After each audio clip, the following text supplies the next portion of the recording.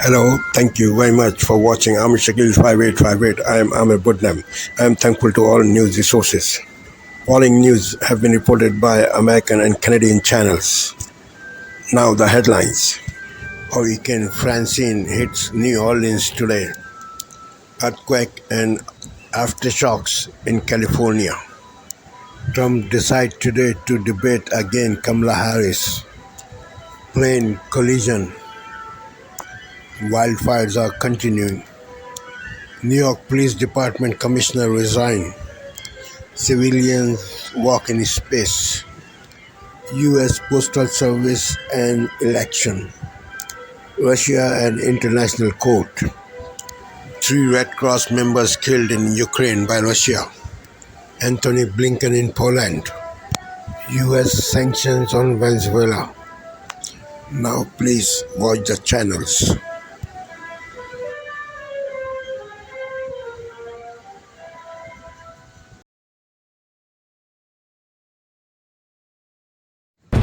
Tonight, several breaking stories as we come on the air. Hurricane Francine hits the U.S., landfall near New Orleans. That system now on the move, and the destruction tonight. Also breaking, the earthquake hitting California, the images from Los Angeles, and the aftershocks now. Donald Trump's decision in tonight. Will he debate Kamala Harris again? And tonight, the scare on the runway, the passenger plane slamming on the brakes to avoid another plane. First tonight, 24 hours after making landfall near New Orleans as a Category 2 hurricane. Francine now moving across several states. Flood and wind alerts across 6 states. Homes and buildings damaged and destroyed. Hundreds of thousands tonight without power. The earthquake hitting Southern California, centered near Malibu. Our station KABC in Los Angeles live streaming at the time. Oh, we got an earthquake. The quake felt up to 60 miles away. Multiple aftershocks reported tonight. A record number of earthquakes now, 4.0 or above this year in that region. The fire emergencies, 3 devastating wildfires at once, all burning out of control. Dozens of homes now destroyed, a family given just minutes to evacuate their home before fire tore through their neighborhood. The new poll tonight after the presidential debate, who now leads in this race, and Vice President Kamala Harris challenging former President Donald Trump to a second debate now. His answer just in tonight. The scare on the runway, the passenger flight from Nashville to Seattle aborting takeoff to avoid a collision. The pilot slamming on the brakes at about 120 miles per hour, blowing out the tires. Here in New York City tonight, the NYPD's top cop resigning amid an FBI investigation just 1 week after federal authorities seized his cell phone. Also tonight, look at this, the stunning images, multiple dolphins spotted right near New York City. Tonight, history made in space, the remarkable images more than 400 miles above the Earth. The first civilians to walk in space. From ABC News World Headquarters in New York, this is World News Tonight with David Muir. Good evening, and it's great.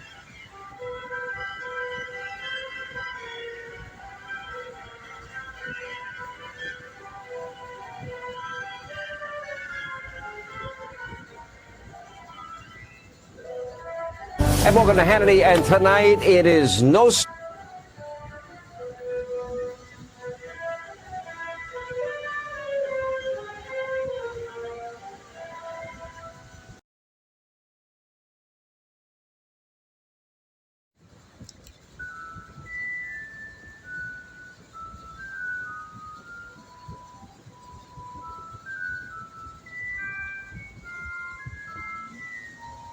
And welcome to Hannity, and tonight it is no secret that one candidate, yes, Vice President Kamala Harris, is planning to raise taxes on all of you.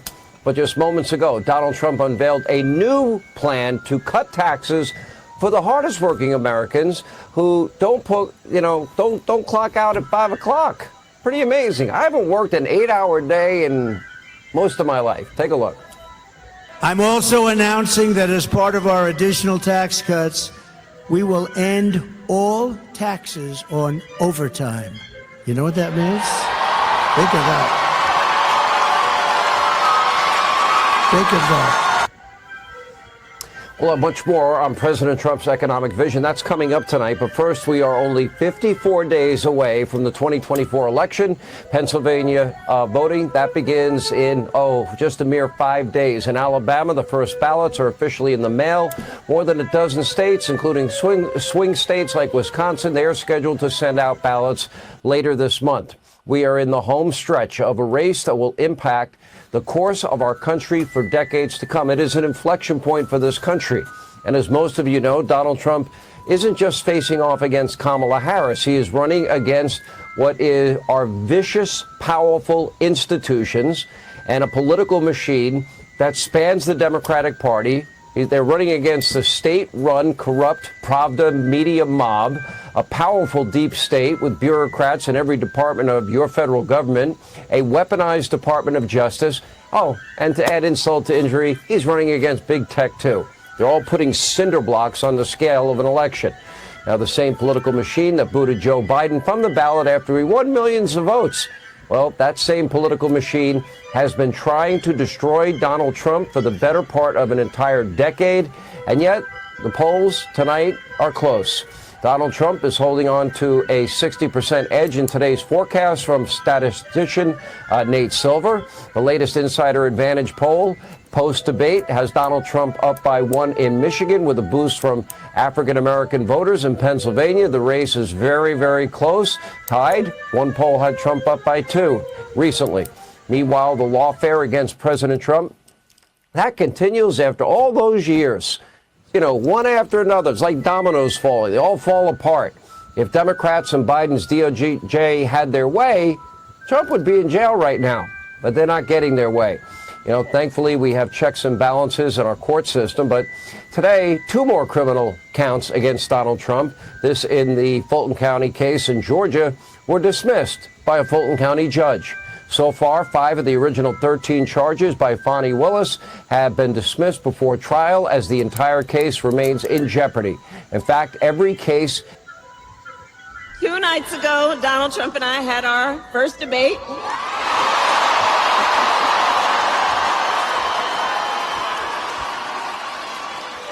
And I believe we owe it to the voters to have another debate.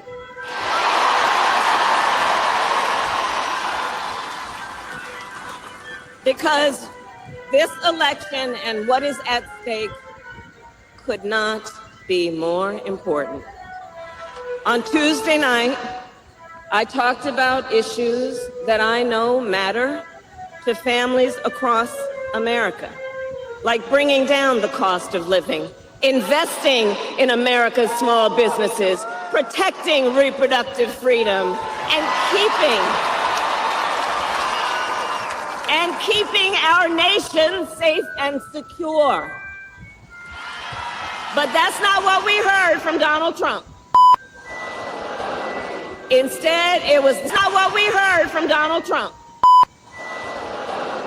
Instead, it was the same old show. That same tired playbook that we've heard for years. With no plans for how he would address the needs of the American people. Because, you know, it's all about him. It's not about you. Well, folks, I said it then, I say it now. It's time to turn the page. Turn that page. Turn that page. That was Vice President Kamala Harris in Charlotte, North Carolina. It wrapped up about 30 minutes ago, saying this, quote, "We owe it to the voters to have another debate."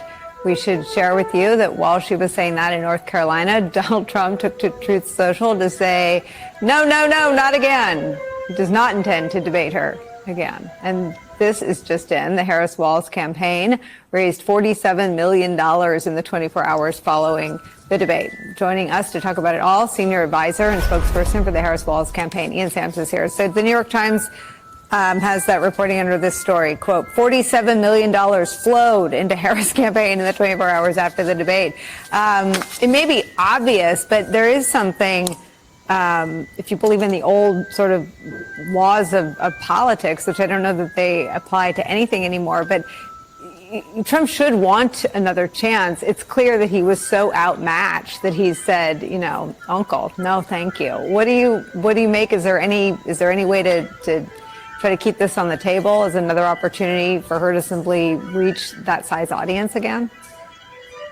Well, thanks for having me. And I think that the word that we're getting out of the Trump campaign over the last 24 hours has been kind of all over the place. Jason Miller yesterday saying that they would do one. President Trump today saying that there will not be one. So who knows where they're going to go? I think the vice president has said very clearly that the American people deserve a second chance to hear from them. You mentioned the large grassroots enthusiasm we got in the 24 hours after that debate, raising $47 million. But it's from 600,000 individual people in 24 hours. I think it speaks to the energy and enthusiasm that exists out there in the country for the vice president right now. And it's so important that we have that because Trump and Trump's campaign and the Trump MAGA world are billionaire super PAC funded. They've got a lot of. Tonight, the path of destruction from Hurricane Francine. Power knocked out to hundreds of thousands in the south. The new images, towns underwater after Francine roared ashore in Louisiana as a Category 2 hurricane. Heavy rain, powerful winds knocking down trees onto homes, the dramatic rescues. And tonight, Francine's remnants on the move. Millions under flood alerts, our team in the storm zone. Also tonight, a state of emergency declared as raging wildfires spread in Southern California. Dozens of homes destroyed, the race to escape the flames. An Alaska Airlines plane blows its tires after the pilot slams the brakes on during takeoff, avoiding a potential collision with a Southwest airplane cleared to land on the same runway. The FAA investigation. The race for the White House, Donald Trump now saying there won't be another debate as he and Kamala Harris hit the campaign trail for the first time since Tuesday's showdown. Both candidates in key battlegrounds they hope to flip. The awe-inspiring images from orbit, the SpaceX Polaris Dawn crew making history, the first ever private spacewalk. And the life-saving scene playing out on live TV as Hurricane Francine hit. The hero ER nurse who came to the rescue speaking out to us. This is NBC Nightly News with Lester Holt. Good evening and welcome. 24 hours.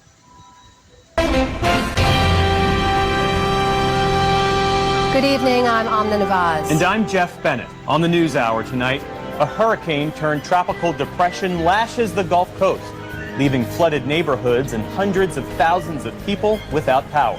As Kamala Harris and Donald Trump return to the campaign trail post-debate, election officials warn that problems with the U.S. Postal Service could disenfranchise voters. And on a trip to Kyiv, the chief prosecutor of the International Criminal Court discusses what's being done to hold Russian forces accountable for atrocities committed against Ukraine. So the suffering is horrendous. The heartbreak is very real.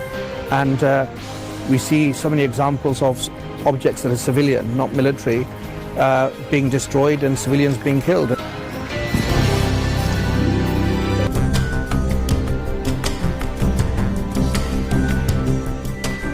With just over 7 weeks until Election Day, both candidates fought for votes in battleground states.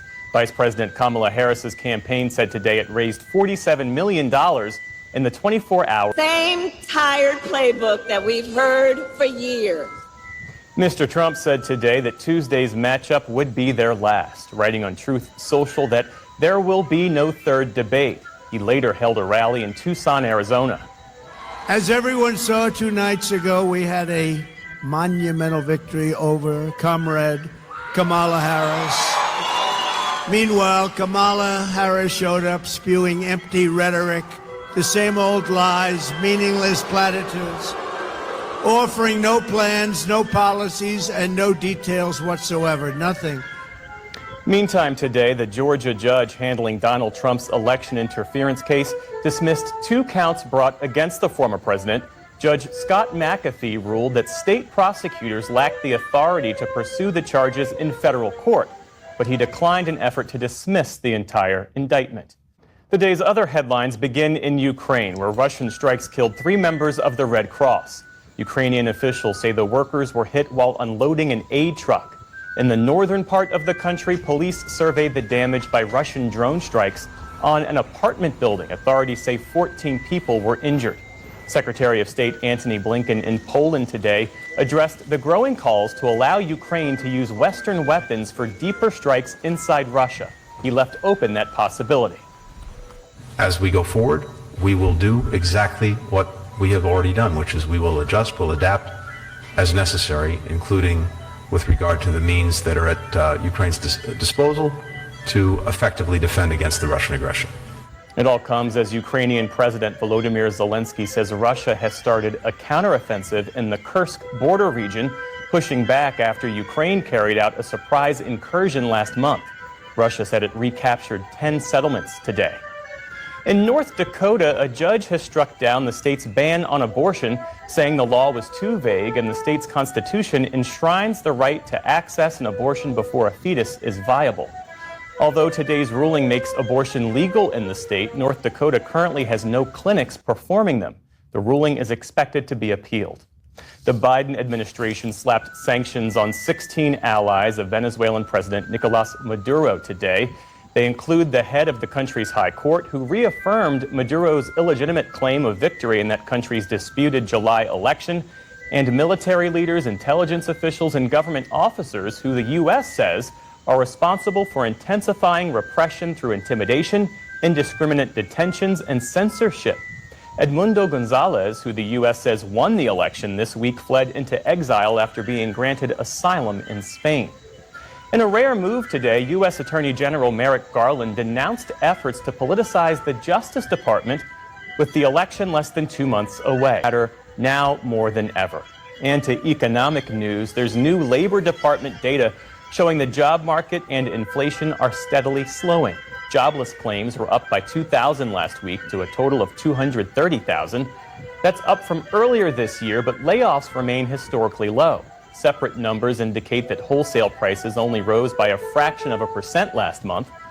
And in what could be a precursor to the Federal Reserve cutting interest rates, the European Central Bank today made its own rate cut of a quarter point, its second cut of the year. That news helped stocks rise across the board today. The Dow Jones Industrial Average gained over 235 points, inching back closer to its all-time high. The Nasdaq jumped by an entire percentage point, and the S&P finished higher for its fourth straight day. And hundreds of miles above Earth today, one giant leap for commercial space travel. A tech billionaire who chartered his own SpaceX flight became the first ever private citizen to perform a spacewalk. I have a feeling the crowd is about to go wild. The company live-streamed the moment that Jared Isaacman hoisted himself out of the capsule, spending around 10 minutes in the vacuum of space, connected by a tether. The spacewalk was just one small step toward possibly settling on Mars and other planets. Still to come on the NewsHour, we lay out the presidential candidates' divergent positions on immigration. The bankruptcy of a large health system gets political. And a group of urban explorers in Gary, Indiana find beauty in the decay of an abandoned building. This is the PBS NewsHour from WETA Studios in Washington and in the West from the Walter Cronkite School of Journalism at Arizona State University. There will be no third debate. New tonight, former President Trump says he will not debate Vice President Harris again, as her team says she's making an aggressive return to the campaign trail. It is a fight for freedom! After making landfall in Louisiana, Francine moves inland, bringing misery from flooding to hundreds of thousands of power outages. And Eye on America, meet the genealogist who helped piece together family histories once buried and long forgotten. I used to like detective stories. That's what family history is. You having a little piece of here and a little piece there. The CBS Evening News starts now.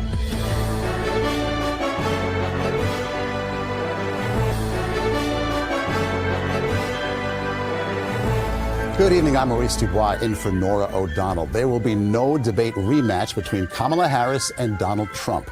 The former president sold himself as a winning boxer in today's announcement, writing, "When a prize fighter loses a fight, the first words out of his mouth are, 'I want a rematch,' essentially calling Harris the debate's loser." But there will be several more battleground campaign stops over the next 54 days. Harris made 2 stops in North Carolina, and then she's on to Pennsylvania tomorrow. The former president is in the West, speaking in Arizona today, and Las Vegas tomorrow. CBS's Nancy Cordes is in Charlotte, North Carolina, where Harris was riding high after her debate performance.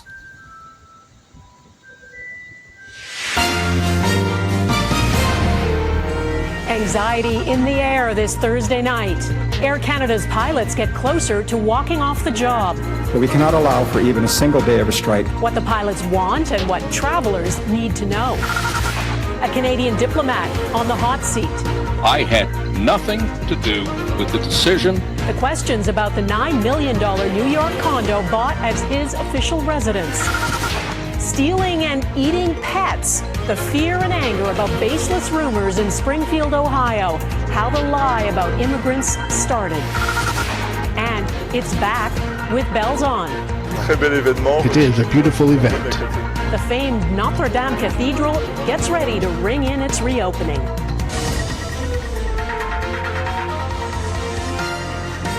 Global National with Donna Friesen.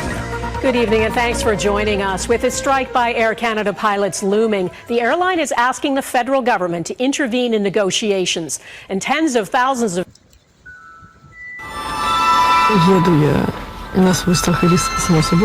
The Toronto International Film Festival described Russians at War as a gripping first-person documentary showing Russians in battle for reasons that only become more obscure. Now the premiere, where the director Anastasia Trofimova was to present the film, has been paused. TIFF saying due to significant threats to festival operations and public safety. As the date of the premiere approached, there were already protests and accusations it amounts to propaganda. There's only one truth. Russia invaded Ukraine. Members of the Ukrainian community have shared concerns about the director's background and intentions. Anastasia Trofimova has a history of working for Russian television. The Russian state media channel RT was banned in Canada in 2022. The Russian government is known for sowing disinformation and division around the world. The more that they can confuse who the aggressor is and who the victim is, it just fares better for their invasion. TIFF called us and said, look, the security threats have risen to a certain level, which we do not think it's safe to continue. The Canadian producers of the film condemn the invasion of Ukraine, but they say they trust the director. This is not a Russian propaganda film. This is an independent documentary film, an independent Canadian-French documentary film. It was not made in any way by Russian television with the aid of Russian money. They say the director quit RT in 2020. She's sort of a one-person band. She goes out there. She's fearless. But while the filmmakers are calling this suppression an un-Canadian, some question the timing of the film's premiere. I believe now is not the time to show that film, especially when Ukrainians are being killed daily, civilians are being killed daily. Speaking to CBC News before the cancellation, the director had this to say. I had the chance to lift the veil a little bit on the reality of one of the sides that no one, especially Canadians, has heard from for the last 2.5 years. And I would appreciate everyone who is leveling these accusations to, first of all, see the film. Christine, Toronto police tell me tonight that TIFF organizers decided independently to pause the screening, so not due to any recommendation from the police. So Eli, where does this leave the future of this film? Well, while the Ukrainian community continue to say that this is not the time to show the film, the producers are hoping there will be a screening open to all at a later date. All right, thanks, Eli. Tonight, the triple stabbing and police standoff at an encampment in Kingston.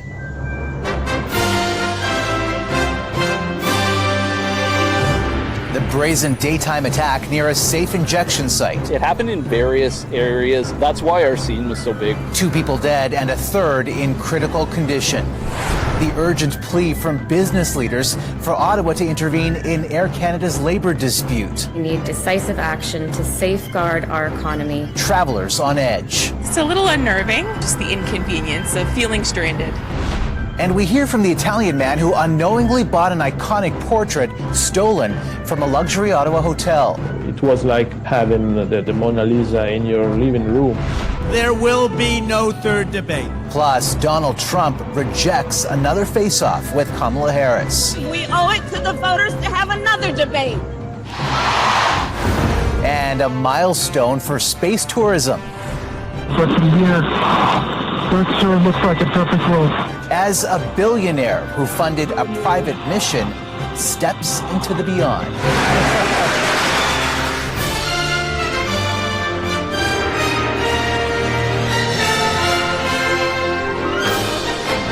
CTV National News with Omar Sachedina. Welcome to Democracy Now!, democracynow.org, The War and Peace Report. I'm Amy Goodman.